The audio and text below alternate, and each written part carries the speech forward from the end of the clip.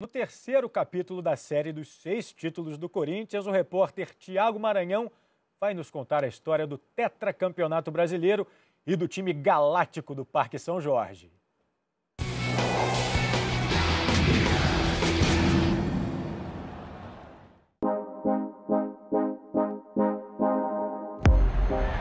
O time da raça, o time do povo.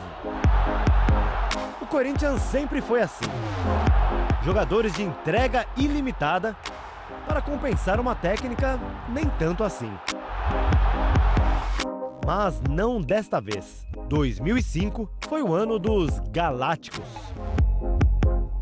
Numa comparação ao super time que o Real Madrid havia montado, com Ronaldo, Zidane, Luiz Figo, David Beckham, a versão Parque São Jorge dos Galácticos tinha Tevez como estrela da companhia, que ainda contava com Mascherano e Seba Domingues para fechar o trio argentino.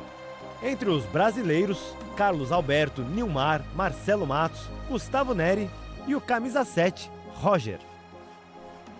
Tevez, o Seba e o Mascherano, eles eram bem integrados no grupo? Como eu disse, uma certa timidez, provavelmente o Seba era o que tinha mais abertura, mas sem nenhum tipo de problema.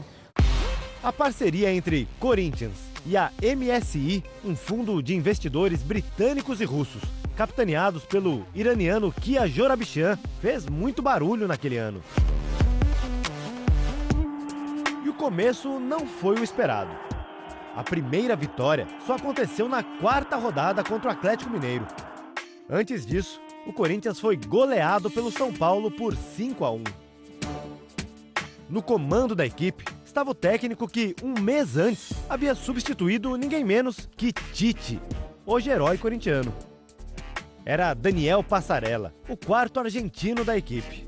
Passarella não resistiu à goleada e foi substituído pelo auxiliar Márcio Bittencourt, que havia sido campeão pelo Corinthians em campo em 1990.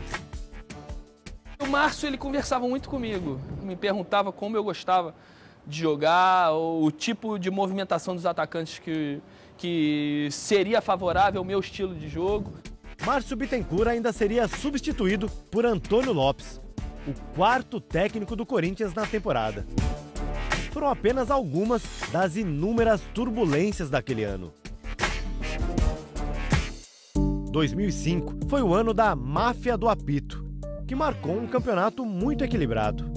Uma denúncia da revista Veja, em reportagem de André Rizek, hoje apresentador do Sport TV, mostrava que o árbitro Edilson Pereira de Carvalho havia recebido suborno para manipular resultados para favorecer empresários de sites de apostas. Quando essa notícia chegou na redação da Veja, minha primeira reação foi: imagina que num campeonato brasileiro profissional, um árbitro FIFA vai roubar um jogo Corinthians e Santos. Minha primeira reação foi: vamos provar que isso é uma grande cascata, uma grande mentira, e não era. Com isso, em consenso com os clubes e a CBF, o presidente do STJD, Luiz Sveiter, decidiu anular as 11 partidas apitadas pelo árbitro Edilson Carvalho. O Corinthians teve 2 jogos remarcados, contra São Paulo e Santos. 2 partidas que o time havia perdido. Aí, quando se enfrentaram de novo, o Corinthians conseguiu recuperar 4 pontos, com um empate contra o São Paulo e uma vitória contra o Santos na Vila Belmiro. Àquela altura, o time estava embalado na competição e chegou a abrir 10 pontos de vantagem para o segundo colocado. O entrar em campo com aquela massa toda te apoiando, com uma camisa de peso que é a do Corinthians e ganhando, quem não poderia estar feliz? Naquele ano, Tevez marcou 20 gols, 3 deles contra o Santos, numa goleada batizada pela torcida de Eterno 7-1.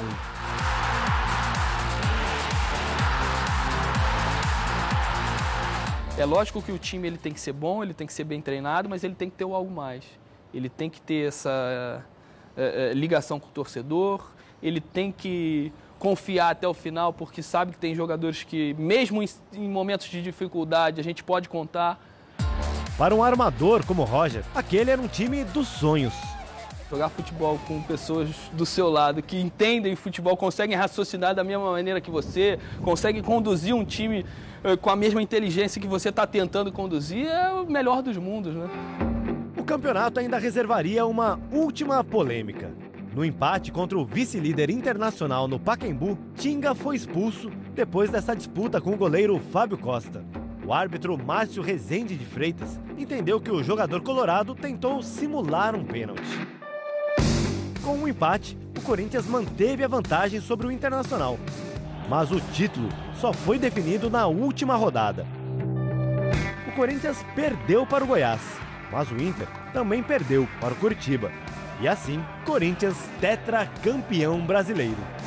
O primeiro dos 3 títulos alvinegros na era dos pontos corridos.